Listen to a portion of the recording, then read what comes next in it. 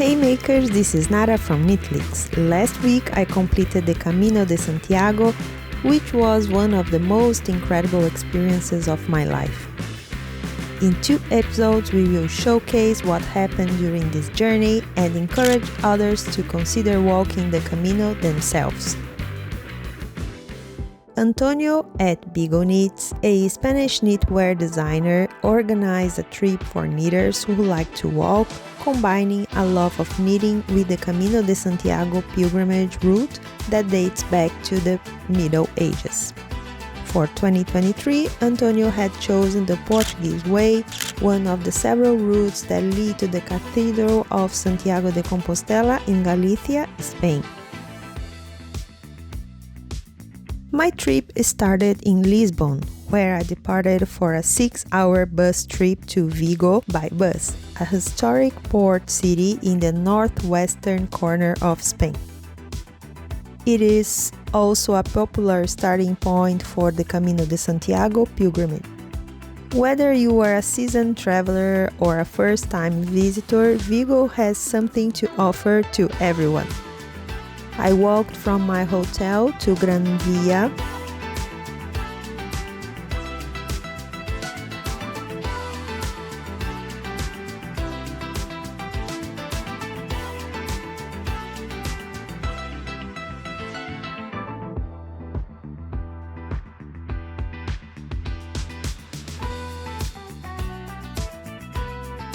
and then to the port during my stay.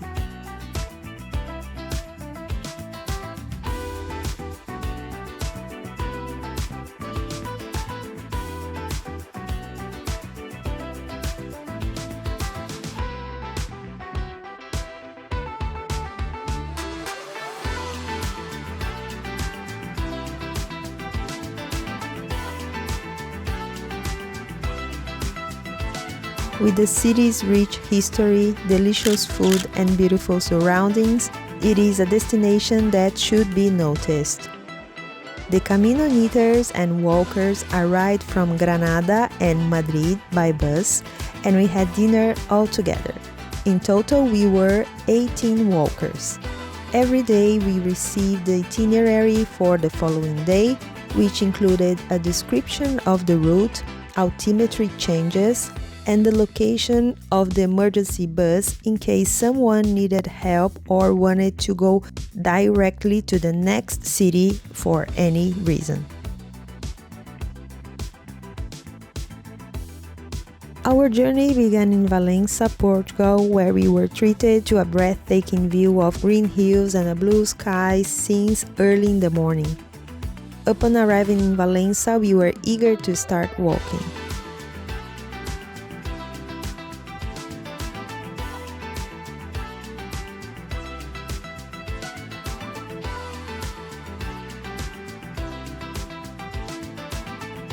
We visited the castle and crossed a metal bridge on foot to Tui, enjoying the fresh air and the sounds of the river flowing beneath us.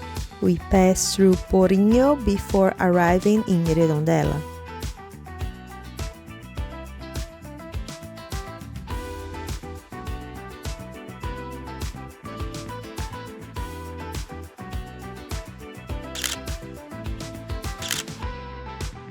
Before dinner, we had a wonderful natural dyeing workshop with Nicole Byrns, an American expert in plants and elements used to dye yarn in a sustainable way, who has been living in Granada for many years.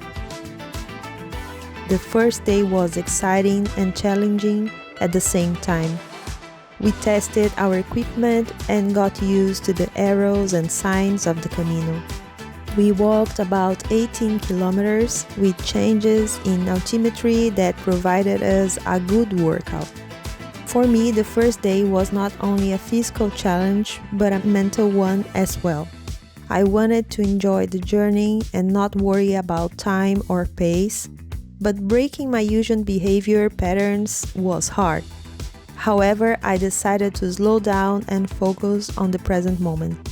I stopped whenever I found good spots with lovely views, took photos or filmed whenever I wanted, and followed my instincts. The scenery was so beautiful that I couldn't help but feel grateful for the opportunity to experience it. I noticed the different shades of green in the trees, the smell of the flowers and plants, and the sound of the birds singing. I also appreciated the company of my friends who shared the same passion for adventure and knitting. As we walked, we shared stories and jokes, making us laugh and forget a little bit our tiredness.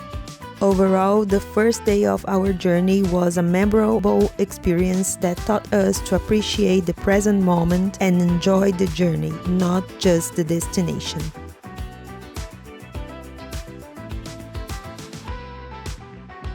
The second day of my journey was challenging due to changes in altimetry and more difficult paths. While crossing the route, I noticed my feet ached from the numerous small stones and uneven trails. However, I soon realized this was a common issue for all walkers. I often felt excited at the beginning of the day but had trouble finishing the last 7 or 5 kilometers, especially when navigating busy city streets with cars and fast lanes. Despite these challenges, I maintain my pace and endurance, take periodic breaks, and resting when necessary. These breaks allowed me to appreciate the beautiful scenery and connect with other travelers. While the trip was undoubtedly challenging, the sense of accomplishment and the memories made along the way were well worth the effort.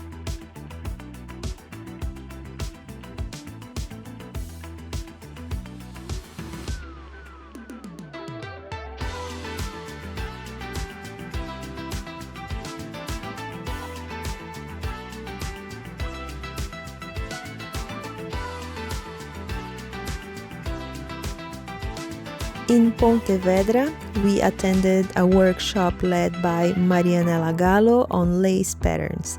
We learned about different drawings, possibilities, and how to correct mistakes, such as forgetting to knit a yarn over.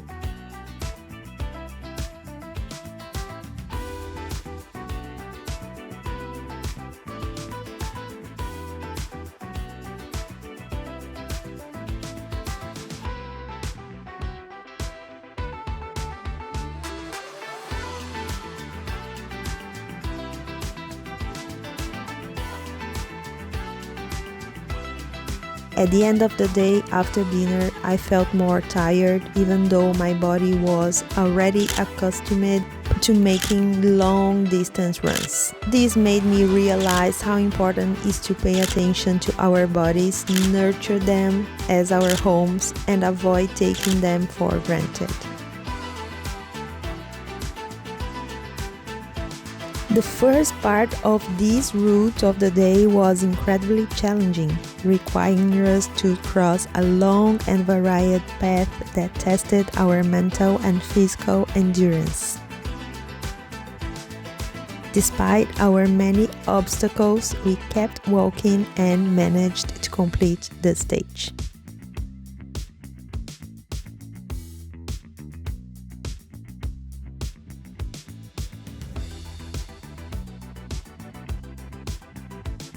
Caldas de Reis has many thermal water spots to rest and bathe in medicinal waters and has also beauty treatments. I opted for a walker treatment that included a soak in a boiling pool followed by iced stripes for constriction in the legs to facilitate blood flow and recuperate the legs and feet.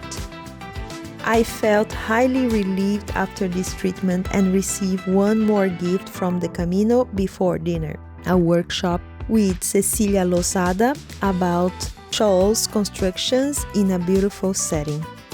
I reflected that one universal truth is that our minds are the source of strengths and limitations. This became even more apparent during the Camino, where we had to remain silent and listen to our hearts and minds, a difficult task we faced repeatedly during our journey. As we pushed ourselves to our limits, we discovered that the Camino was an incredibly transformative experience. We gained a deeper understanding of ourselves and the world through our struggles and triumphs. We learned that growth and self-discovery required stepping outside our comfort zones and embracing new challenges. The Camino provided us with the opportunity to do just that.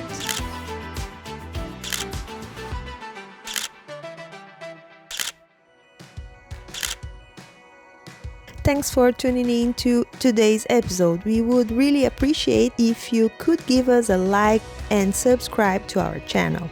Remember to turn on notifications so you can stay up to date with our future content.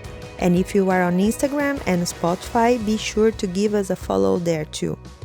We are so grateful for your support and cannot wait to catch up with you again next week. We are really excited to share more about our upcoming knitting adventures and events, so stay tuned! Next week, I will share the final phase of my journey to Santiago. There were unexpected twists and moments of tension that made the experience even more memorable. In the meantime, if you are interested in embarking on a future Camino knitting adventure in 2024, stay on the lookout for announcements from Antonio of @Beagle Knits and KnitLeaks. Consider planning our knitting and walking pilgrimage.